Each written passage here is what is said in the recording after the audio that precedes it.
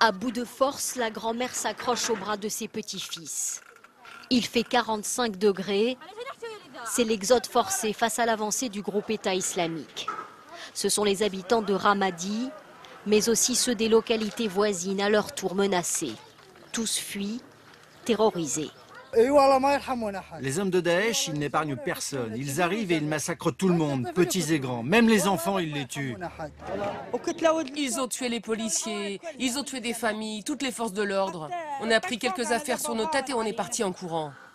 Depuis une semaine, 55 000 Irakiens ont abandonné leur maison. Des heures de marche, partis sans rien pour rejoindre ce point de passage obligé.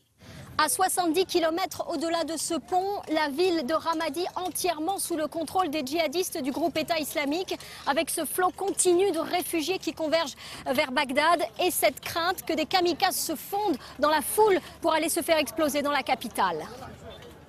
Pour y accéder, il faut donc montrer patte blanche. Seuls ceux qui ont un garant à Bagdad peuvent obtenir un laissez-passer. Les autres restent bloqués de l'autre côté du pont, dans la chaleur et la poussière, sans avoir nulle part où aller.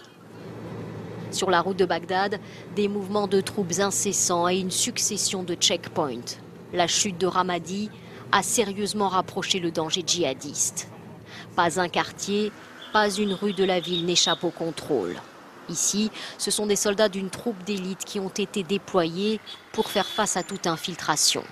À chaque fouille de véhicule, la même peur d'une explosion.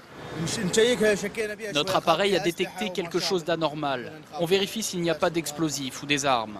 Fausse alerte pour cette fois. Dans la file de voitures, les Bagdadis sont excédés, arguant que ces contrôles n'empêchent pas des bombes d'exploser chaque jour à Bagdad.